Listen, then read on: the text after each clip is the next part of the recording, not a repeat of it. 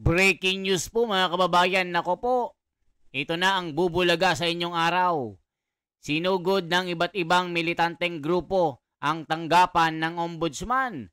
Ngayong araw, November 7, 2025, bahagyang nagkatensyon sa tapat ng Office of the Ombudsman ngayong umaga kung saan nagpumilit ang mga realista na makapasok sa loob ng tanggapan. Halaka, nagkabalyahan, nagkapaluan, nagkasipaan po yata ito o nagkasikuhan at nagkabukulan. Panoorin nyo po. Talagang magugulat kayo. Marami nang nangyayari ngayon na protesta.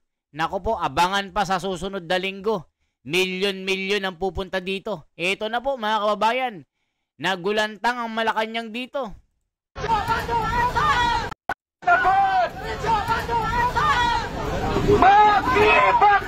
Ayun na. Maraming galit.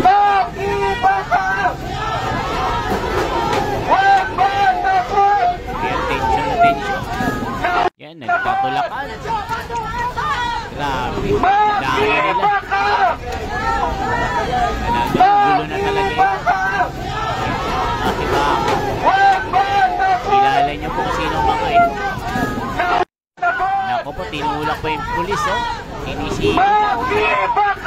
Yung mga pulis.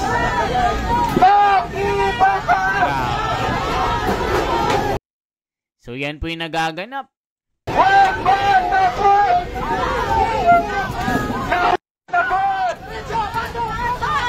hindi, nagkagulungan, nagkaupakan.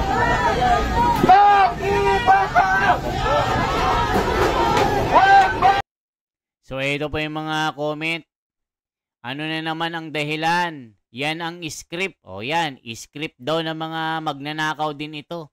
Para kunwari may nagrarally din, inutusan din ng mga buhaya. Sabi ni ni Elmore Galutan. GBU, all ingat lang, alaka. Ay nako. Go, go, go, laban, gising Pilipinas. Buti nga, alaka. Mga kababayan, Marcos resign daw. Yung mga, ayan may comment. Ano na naman ang pinaglalaban nito? Yan ang napala mo Rimulya, halaka. Pulisya ng Pilipinas, tagapagtanggol ng mga opisyal ng magnanakaw sa Republika ng Pilipinas. Diyan lang ako pinasasama ako, halaka. Dapat ang isigaw para everybody happy ay maki. Ano ko? Yari, mga kababayan. Talagang nagkakagulo ngayon sa harapan ng Ombudsman. Ayan sinugod ng iba't ibang militanteng grupo ang tanggapan ng Ombudsman. Ngayong November 7, matindi ito mga kababayan. Ito po.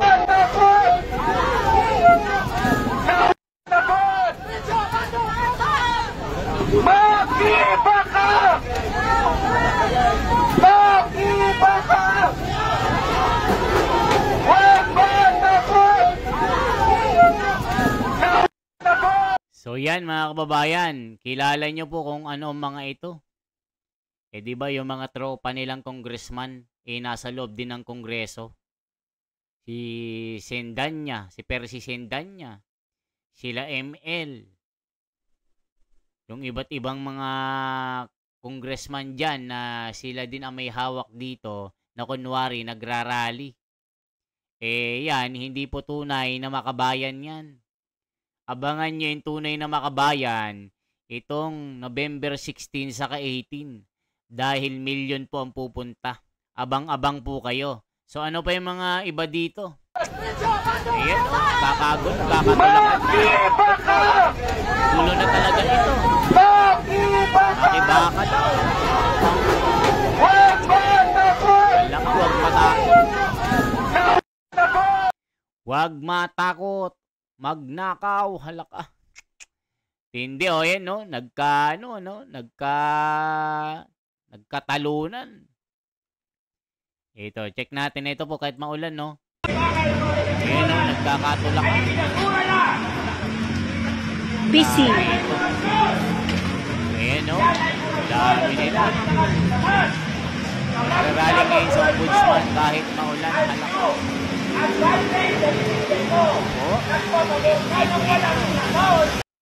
Nagrarally po kahit maulan. Matinding sagupaan. Ito po. Si Boying, patay tayong lahat. Maniwala kayo. Nako po. Oo. Si Boying naman dapat he should have the delicacy na wag na. Kasi wala naman pong naging ombudsman na politiko eh.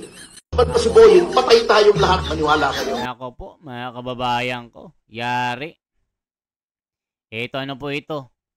Ilang retiradong general lalahok sa rally kontra korupsyon sa November 30. Ito po. Makikisa na rin ang ilang retiradong general sa ikinakasang malawakang protesta kontra korupsyon sa November 30. Gusto na raw nila ng pagbabago. Nasa frontline ng balitang yan, si Marian Enriquez. Uhaw na raw sa pagbabago ang ilang retiradong general, kaya makikilahok sila sa malawakang protesta kontra korupsyon sa Nobyembre 30 sabay sa paggunita ng Bonifacio Day. Yan ang sabi ni House Senior Deputy Minority Leader Edgar Erice matapos umanong makipagpulong sa kanya ang ilang retiradong general. Ipinost pa ni Erice sa social media ang larawan ng kanilang meeting. General Senga, General Sarmiento, PNP, yung dating DICT. Eliseo Rio. Eliseo Rio. Colonel Santiago ba yun? Pero ayon sa kongresista, hindi raw ipapanawagan ng mga general ang pagbibitiw ni Pangulong Bongbong Marcos. Ang nais lang daw nila ay reforma. Kabilang dito ang pagpapatibay sa Independent Commission for Infrastructure o ICI at ang pagbuwag sa mga political dynasty. Kawawa ang bayan kung ang ipapanawagan ay BBM resign.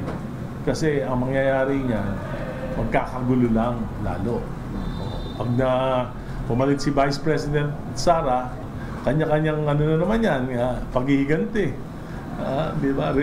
Kwento pa ni Erice, kinausap na rin ng mga retired general si PBBM bago ang September 21 rally.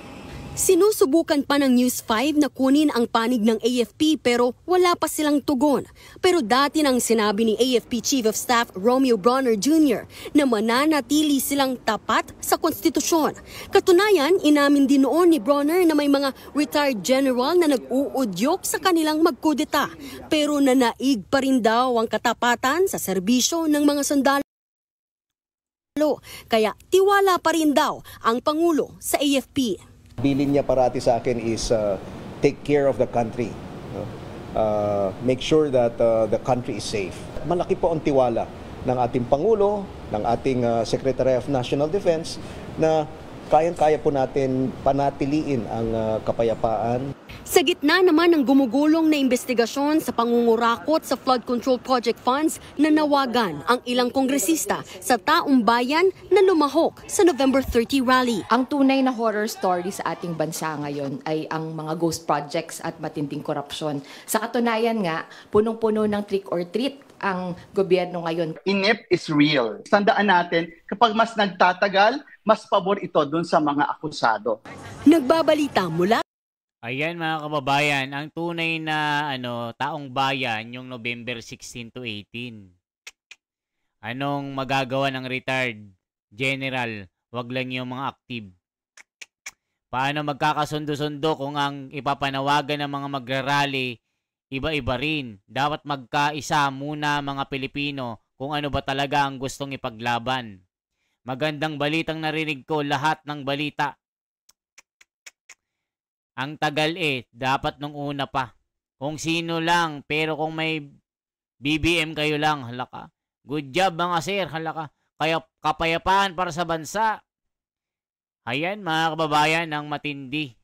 Ang mga retired general na mga wala na sa serbisyo ay sasama na sa rally. Saan kaya sila sasama? November 30 or November 16? Pag November 16 to 18, million po yan. Talagang 10 times ang dami ng pupunta. Dahil po sa kapatiran ng Iglesia ni Cristo, marami pong pupunta. Payapa, peace rally po for accountability and democracy and transparency. Mga kababayan. So, umpisa pa lang yan na rally. Yan kasi yung rally na yan, mga militanteng grupo, magugulo yan. So, anong masasabi nyo po mga kababayan? Bali-balita po, magdideklara ng martial law kung sakali magkaroon ng mga gulo. Huwag naman sana. Kasi pag nagkaroon, lalong gugulo ang Pilipinas at walang katahimikan na mangyayari na magaganap. Once again, ako po si The Wonders Philippines. Isang like, isang share po at isang subscribe. Salamat po.